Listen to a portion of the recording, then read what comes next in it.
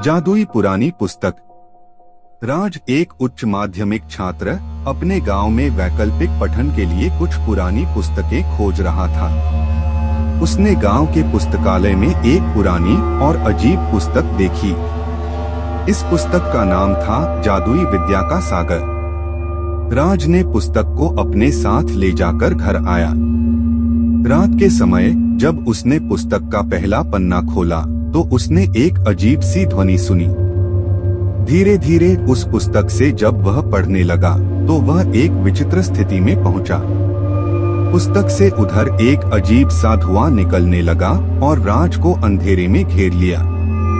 राज का दिल धड़क रहा था और उसने सोचा कि कुछ गलत हो रहा है। वह पुस्तक को बंद करके सो गया। अगले दिन जब वह फिर से पुस्तक को खोला तो वह पुस्तक की कुछ अन्य पन्नों के बारे में जानना चाहता था। पर जैसे ही वह पुस्तक को छूने लगा उसने एक विचित्र सुनाई दी। वह ध्वनि एक महिला की थी जो कह रही थी, मुझे छोड़ दो, मैं अब भी जिंदा हूँ। राज डर गया और पुस्तक को दूर फेंक दिया। वह समझ गया कि यह पुस्तक किसी अदृश्य शक्ति से भरी है। उसने अपने दोस्त मोहन से बात की जो प्राप्त शिक्षा छात्र था। मोहन ने कहा, इस पुस्तक का पूरा रहस्य समझा जा सकता है, लेकिन हमें ध्यान से पढ़ना होगा। दोनों ने मिलकर पुस्तक को खोला और उसे पढ़ना शुरू किया। पुस्तक में जादुई मंत्रों के बारे में लिखा था। जब वे मंत्र पढ़ रहे थे तब पुस्तक में से अजीब सी बत्तियां निकलने लगी। मंत्रों का असर होने लगा और वे एक अजीब से लोक में पहुंच गए जहां वे एक जंगल में थे।